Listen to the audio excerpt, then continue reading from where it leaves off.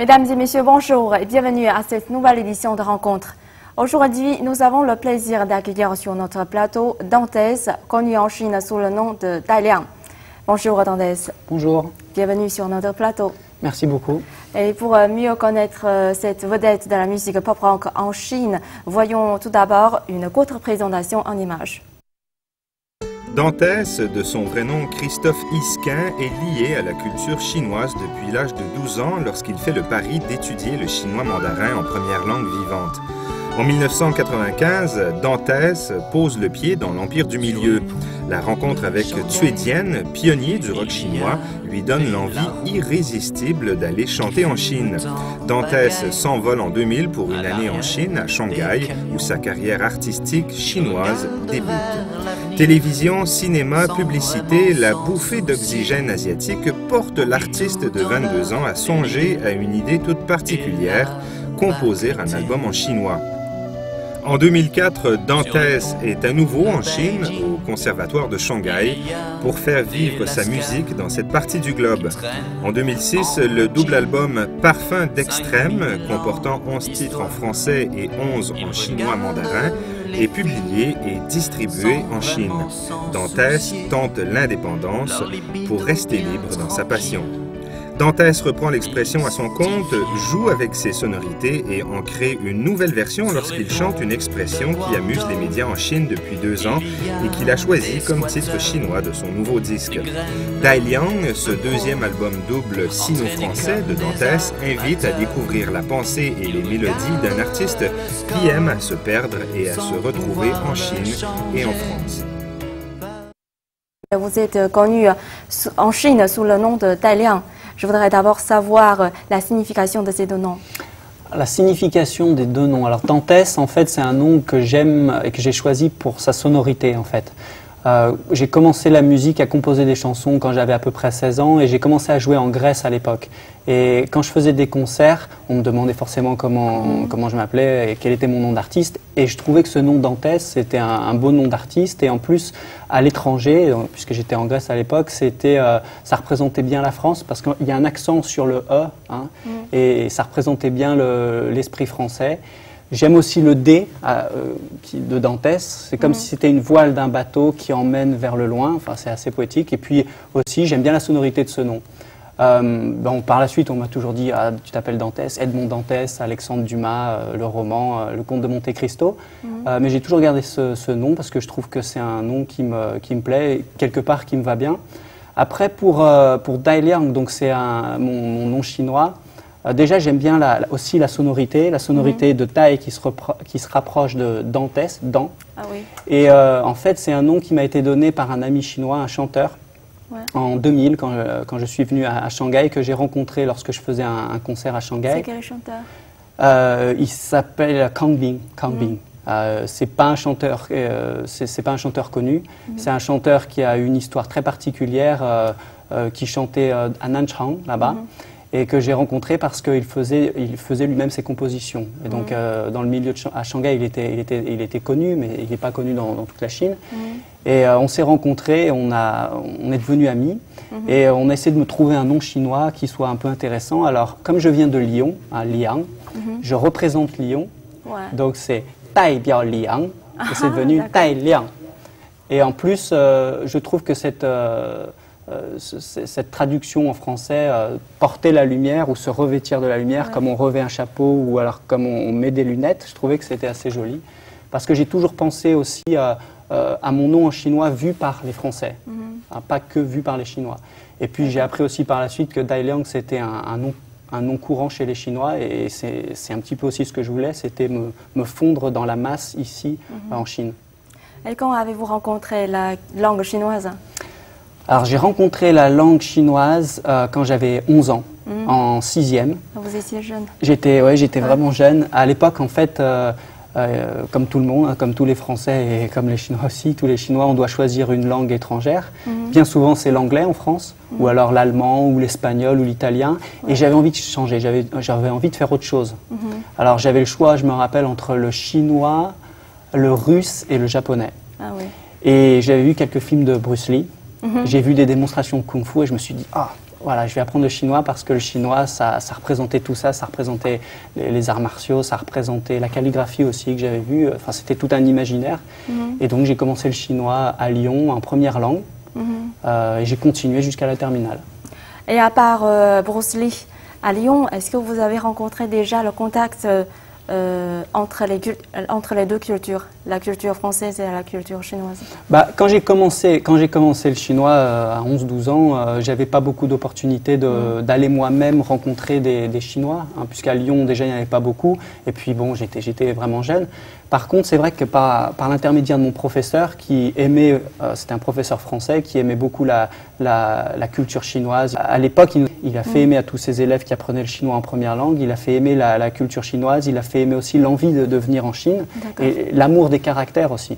Et je me rappelle, on allait en cours à cette époque, c'était surtout pour apprendre les tons. Les tons, les 4 et 5 tons, plus le ton neutre en chinois, et c'était vraiment de la rigolade, parce que c'était une langue totalement différente de ce qu'on avait l'habitude de faire, d'apprendre. Et il nous a présenté aussi, par exemple, la troupe d'opéra de Pékin qui venait en concert à Lyon. Donc petit, ouais, j'ai eu l'occasion de voir des artistes comme ça, donc ça ouvrait vraiment l'horizon, quoi. À quand remonte votre premier voyage en Chine? Alors, mon premier voyage en Chine, c'était en 1995. À l'époque, je suis parti, j'avais 17 ans, j'étais en première. Je suis parti ici, à Pékin. Je suis venu un mois à Pékin, à l'université de Pékin, pour perfectionner le chinois. Mais j'en avais bien besoin parce que on connaissait bien la théorie, mais on avait du mal à s'exprimer. Et donc, je suis venu en 95 ici. Et à l'époque, j'ai eu la chance de rencontrer Cui Jian, le rocker chinois, parce que mon professeur qui nous avait fait venir en Chine savait que je faisais de la musique et que j'allais être vraiment enchanté de voir un musicien aussi professionnel que Cui Jian. Et qu'est-ce qui vous a le plus frappé? Ce qui m'a plus frappé quand je suis arrivé en Chine, c'est déjà, j'avais cette imagination débordante, j'imaginais les rues remplies de gens partout qui klaxonnent, parce que j'avais écouté les musiques de Jean-Michel Jarre quand j'étais plus jeune, avec tout. Il avait enregistré tous les sons des rues de Pékin, et j'imaginais ça, effectivement j'ai trouvé ça. Aussi la chaleur qui était vraiment différente de la chaleur. La chaleur de quoi? Du peuple ou... Les deux, c'est vrai, c'est un bon jeu de mots, mais c'était surtout la chaleur, le temps qui faisait, aussi les grillons qui crissaient partout, et puis l'université de Pékin que je trouvais vraiment, qui m'a marqué, je m'en souviens jusqu'à maintenant, et aussi la possibilité de rencontrer des gens intéressants. Là, j'ai parlé de Cui Jian, on était allé à sa répétition, et comme moi j'aimais la musique, j'ai vu tous ces instruments chinois traditionnels mêlés au rock, et ça, pour moi c'était magique.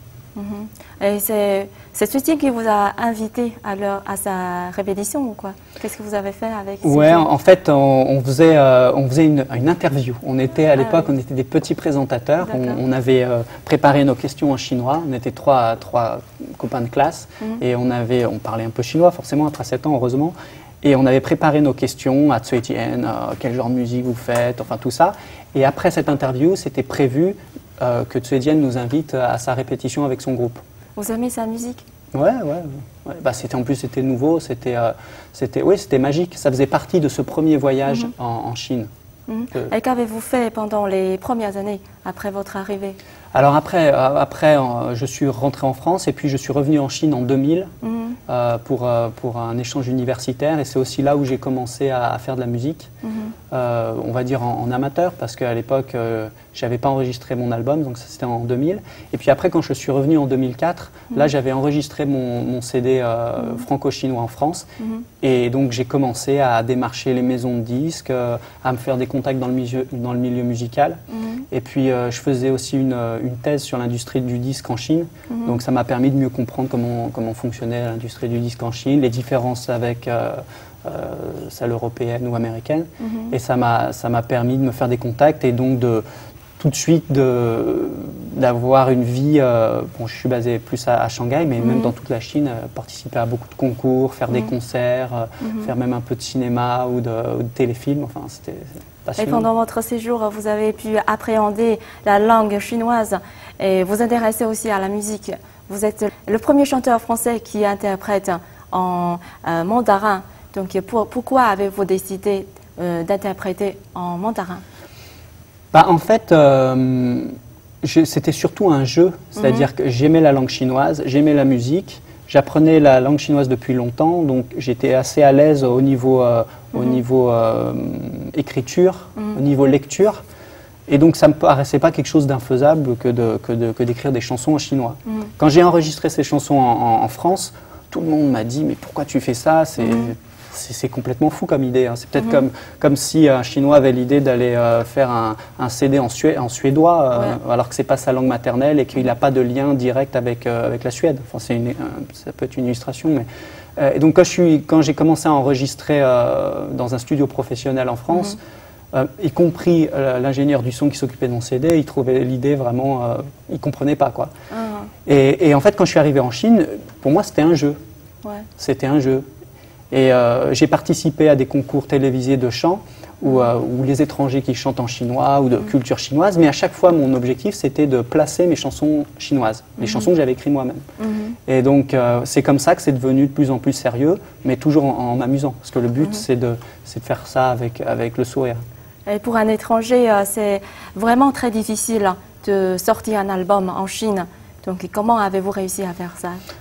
Il a fallu beaucoup de patience, il a fallu de l'argent, et il a fallu aussi de la passion. Qui vous investit? Alors en fait, le premier CD, c'est moi. C'est-à-dire que l'argent que j'ai investi dans mon premier CD Parfum d'Extrême, j'ai travaillé tout simplement, j'ai travaillé pour me le payer. J'ai eu aussi des connaissances en France qui m'ont aidé à faire une coopération pour l'enregistrement du CD. Et puis après en Chine, en fait, j'ai démarché moi-même des maisons de disques. Et il y a une maison de disques qui était d'accord pour me distribuer. Voilà. Et quelles ont été les principales difficultés pendant la préparation de votre album? Alors, le premier album, la principale difficulté, c'était d'être en France et d'avoir aucune idée de ce que je faisais. Donc, en même temps, c'était pas une difficulté dans le sens où je savais pas où j'allais, je savais pas ce que je faisais, je m'amusais plus. Par contre, après, la difficulté en Chine, ça a été bien entendu de trouver quelqu'un d'intéressé pour me distribuer le CD. Ça a été aussi difficile de s'adapter au goût musical des Chinois et de la Chine, puisque même si j'ai pas envie de changer mon style musical chinois, j'espère quand même que ma musique plaise à une certaine quantité de personnes pour que je puisse continuer à faire des albums et continuer à tourner. Et donc ça a été aussi un peu difficile. Par exemple, quand j'ai fait des concours télévisés à Pékin ou à Shanghai, à chaque fois on me demandait, oui mais il faut chanter tel style de musique avec tel style d'accompagnement musical. Et moi en fait non, je voulais chanter ma propre musique et ça c'était difficile. Et vous ne voulez pas changer pour les gens? Non. Changer pour les gens, c'est-à-dire en concert, par exemple, quand je fais un concert et que je sens que j'ai 4 chansons qui sont très rythmées et que je sens que le public s'attend à quelque chose de plus doux, oui, là, je suis d'accord pour changer puisque c'est une fusion qui se passe. Mais pour ce qui est de la production musicale ou de ce qui me plaît, puisque ma musique, c'est aussi ma vie à l'intérieur, donc je souhaite d'abord parler de ce qui me plaît, et puis en espérant que ça puisse plaire aux gens, qu'ils soient chinois ou autres. Et en 2006, votre premier album a été distribué. Le titre, c'est Dantès, Parfum d'Extrême. Pourquoi ce titre? Alors en fait, parce que j'étais baigné d'imaginaire chinois depuis mon enfance, puisque j'ai appris le chinois très tôt. Et pour moi, la Chine, c'était l'extrême. C'était l'extrême et c'était une odeur agréable, donc un parfum. Donc je me suis dit, bon, en plus en Chine, on parle souvent, on lie la France au parfum très souvent. Alors j'ai utilisé ça en disant que le parfum d'Extrême, pour moi, le parfum exotique, hein, c'est la Chine. Et le titre en chinois, c'est pas une traduction? Non. C'est Waji Dani, je me souviens de toi. Parce que quand j'ai fait cet album, je ne savais pas du tout si cette entre guillemets, carrière musicale allait durer. Alors je me suis dit, bon, si ça se trouve, ça sera juste ça. Ça sera une petite parenthèse dans ma vie. Et j'espère que les gens se souviendront de ce que j'ai fait, comme moi, je me souviens de toi. Waji Dani, ça veut dire je me souviens peut-être de la Chine, de mon expérience en Chine, ou alors je me souviens de mes amis chinois. Voilà, c'est... Et on peut maintenant le trouver partout. Est-ce que vous avez cru en cet album au début? Bah, c'est vrai qu'au début, j'ai cru dans le sens où je me suis dit, tiens, c'est intéressant, surtout quand je suis allé voir les maisons de disques, que les grosses maisons de disques m'ont dit qu'effectivement, ils n'avaient pas de ce type de personnes, enfin d'artistes étrangers qui ont rien à voir avec la culture chinoise et qui écrivent des chansons en chinois avec une autre manière de penser. Donc je me suis dit, tiens, c'est intéressant. Après, bien entendu, je connais aussi d'autres, même des Français qui écrivent des chansons en chinois, mais aller si loin dans la production musicale et dans la distribution, pour moi, c'était vraiment une surprise. Quand j'avais des amis américains qui étaient à Xiamen, par exemple, qui m'ont dit « Oh, il y a ton CD juste à côté de chez nous, dans mon magasin de musique préféré », pour moi, ça me fait quelque chose parce que la France, c'est petit.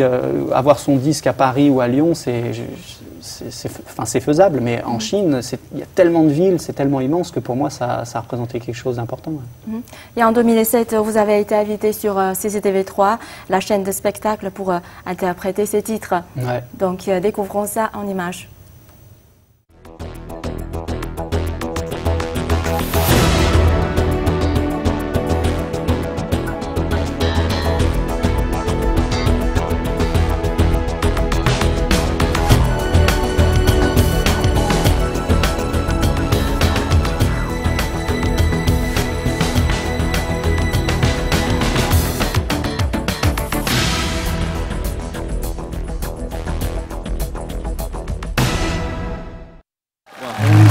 的时候，曾听父亲说过，在地球的那边有一个古老的国度，他们有黑色的眼睛，黄色的皮肤，那里的人民生活健康快乐。一起唱。2000年我来到中国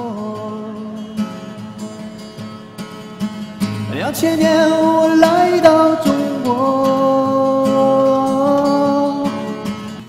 ，2000年我来到中国。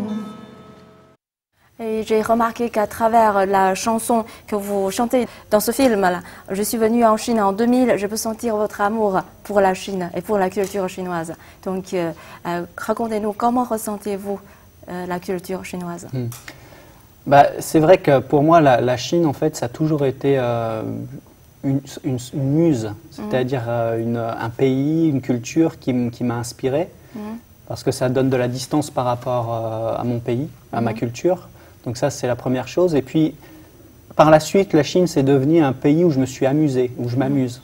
En fait, c'est un pays qui m'a donné l'opportunité de m'exprimer sur la scène et d'une manière beaucoup plus intéressante que si j'étais resté en Europe ou en France, parce que c'est un échange de culture constant. On rencontre des gens du monde entier.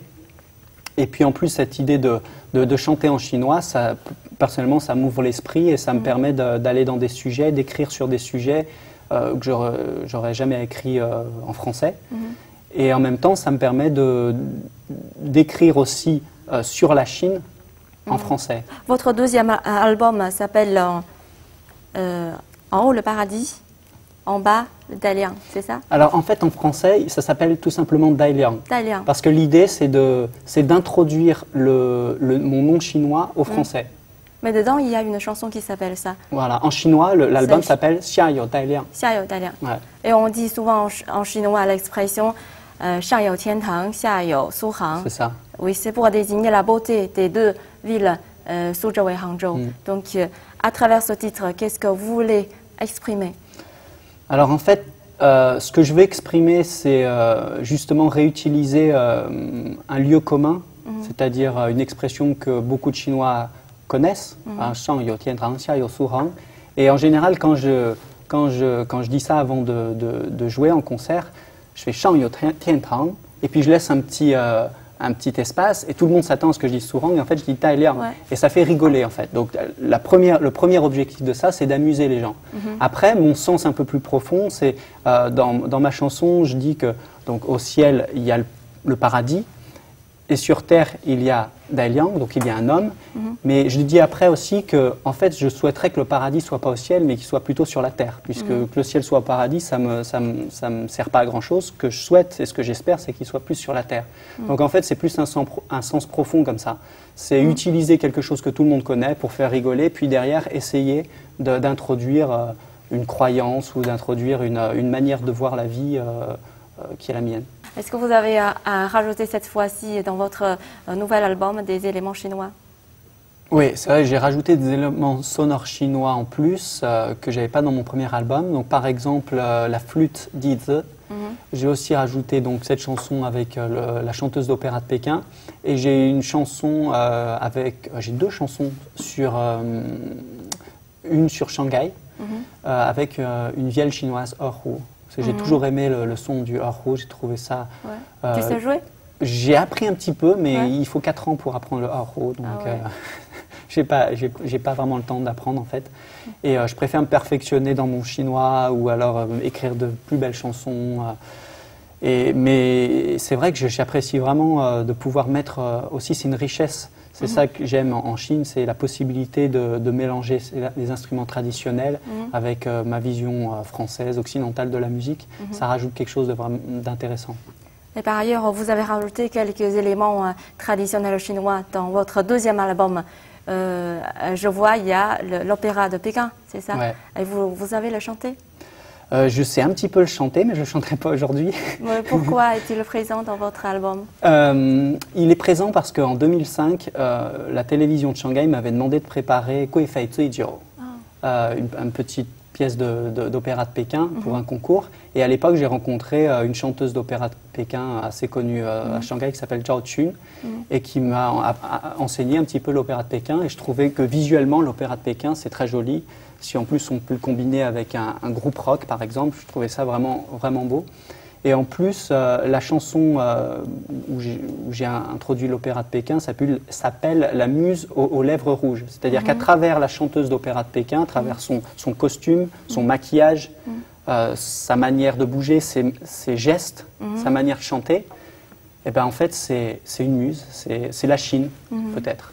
Et dans votre blog, j'ai vu une phrase, je cite, Dantès est partisan d'un nouveau monde sans frontières, sans préjugés. Pourquoi cette prise de position? Parce qu'on dit toujours, oui, on est chinois, on est français, on est américain. Et en fait, je pense que ça serait mieux si on n'avait pas finalement de nationalité, qu'on soit tous une sorte de grande famille. Voilà. Et c'est un petit peu ce que j'essaye de faire à travers ma musique, c'est-à-dire de réunir les gens les uns avec les autres. Et puis aussi, c'est je me place du côté français où les Français ont des fois des préjugés puisque beaucoup sont pas allés à l'étranger ou sont pas spécialement intéressés pour voyager, pour découvrir les autres cultures. Et mon idée aussi, c'est de donner, entre guillemets, une idée de l'étranger qui est différente.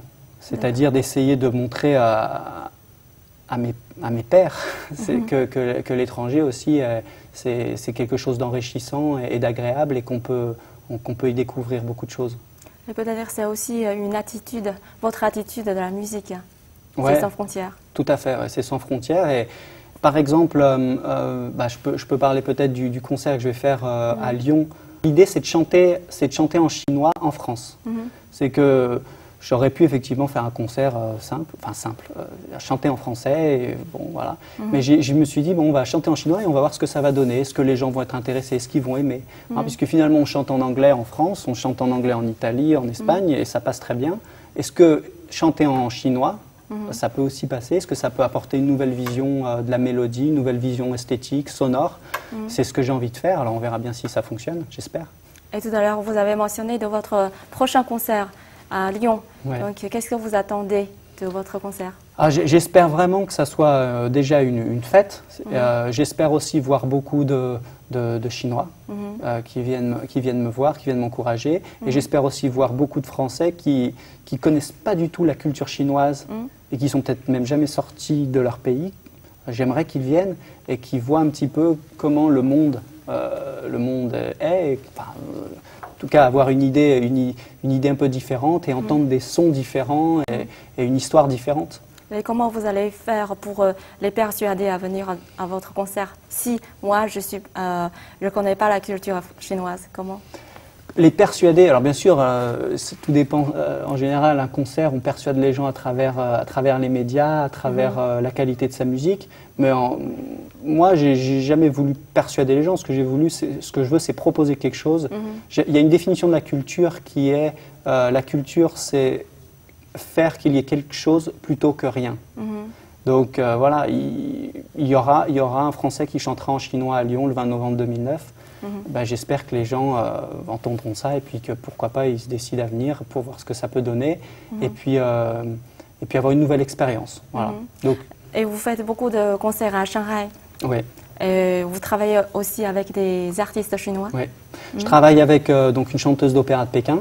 Je travaille aussi avec un flûtiste d'Izi. Et je travaille maintenant avec une joueuse de guzheng qui nous accompagne. Donc j'ai un groupe constitué d'un batteur, un bassiste américain, un trompettiste africain. Voilà, donc c'est un groupe international. Et vous allez le faire dans d'autres villes? Oui, je l'ai fait déjà dans d'autres villes. Je l'ai fait à Hangzhou, à Suzhou. Et puis à Shanghai, ce qu'il y a, c'est que c'est une ville très très internationale où je connais beaucoup de monde et ça m'est facile d'organiser des concerts. Et voilà, je me plais beaucoup à faire ça. Et j'espère en faire un prochain à Pékin aussi.